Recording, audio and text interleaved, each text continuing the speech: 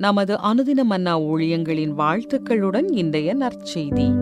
ஓர் மூத்தவரின் ஆலோசனை. இன்றைய வேதாகம பகுதி எபேசியர் 4 வசனங்கள் 29 முதல் 32 வரை. கெட்ட வார்த்தை ஒன்றும் உங்கள் வாயிலிருந்து புறப்பட வேண்டாம். பக்தி விருத்திக்கு ஏதுவான நல்ல வார்த்தை உண்டானால் அதையே கேட்கிறவர்களுக்கு பிரயோஜனம் உண்டாகும்படி பேசுங்கள். அன்றியும் நீங்கள் மீட்கப்படும் நாளுக்கென்று முத்திரையாக பெற்ற தேவனுடைய பரிசுத்த ஆவியை துக்கப்படுத்தாதிருங்கள். சகலவிதமான கசப்பும் கோபமும் மூர்க்கமும் கூக்குரலும் தூஷணமும் மற்ற எந்த துர்க்குணமும் உங்களை விட்டு நீங்க கடவது. ஒருவருக்கொருவர் தயவாயும் மன உருக்கமாயும் இருந்து கிறிஸ்துவுக்குள் தேவன் உங்களுக்கு மன்னித்தது போல நீங்களும் ஒருவருக்கொருவர் மன்னியுங்கள். குறிப்பு வசனம்: ஒருவருக்கொருவர் தயவாயும் மன உருக்கமாயும் இருந்து. எபேசியர் 4:32. நான் எதற்கு வருத்தப்பட வேண்டும்? இதுதான் நியூயார்க் டைம்ஸின் பத்திரிகையின் பிரபல எழுத்தாளரான ஜார்ஜ் சாண்டர்ஸ் 2013ஆம் ஆண்டு சிராக்கூஸ் பல்கலைக்கழகத்தில் பட்டமளிப்பு விழாவில் ஆற்றிய தனது உரையில் பதிலளித்த கேள்வி.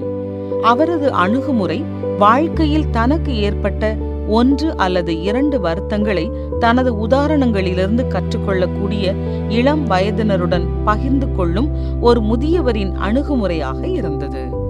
அவர் வருத்தங்களில் ஏழையாக இருப்பது, கடின வேலைகள் செய்வது போன்ற சில விஷயங்கள் இருக்கும் என்று எதிர்பார்த்தனர்.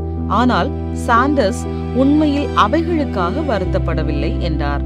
மாறாக தான் கருணை காண்பிக்க வேண்டிய ஓர் நபரிடத்தில் கருணை காண்பிக்க தவறிவிட்டதாக வருத்தப்பட்டார். கிறிஸ்தவ வாழ்க்கை எப்படி இருக்கும் என்ற கேள்விக்கு பதிலளிக்கும் விதமாக அப்போஸ்தலனாகிய பவுல் எபேசுவில் உள்ள விசுவாசிகளுக்கு எழுதுகிறார்.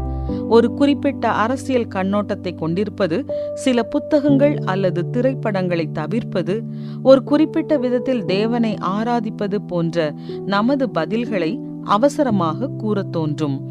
ஆனால் பவுலின் அணுகுமுறை அவரை சமகால பிரச்சனைகளுக்குள் மட்டும் கட்டுப்படுத்தவில்லை. அவர் தீய வார்த்தை, கசப்பு மற்றும் கோபம், மூர்க்கம் போன்ற காரியங்களில் இருந்த நம்மை விடுவிப்பதே கிறிஸ்தவ வாழ்க்கை என்று குறிப்பிடுகிறார். அவருடைய பேச்சை முடிக்கும் தருவாயில் எபேசியர்களுக்கும் நமக்கும் கிறிஸ்துவுக்குள் தேவன் உங்களுக்கு மன்னித்தது போல நீங்களும் ஒருவருக்கொருவர் மன்னியுங்கள் என்று ஆலோசனை கூறுகிறார். இயேசுவை போல வாழ்க்கை இருக்க வேண்டும் என்று நாம் நம்பும் எல்லாவற்றிலும் ஒன்று நிச்சயமாக இரக்கமாக இருக்க வேண்டும். நீங்கள் சமீபத்தில் எங்கு அன்பாக இருக்க தவறிவிட்டீர்கள்? இன்று நீங்கள் தயவு காண்பிப்பதில் வெற்றி பெற ஓர் வழி என்ன?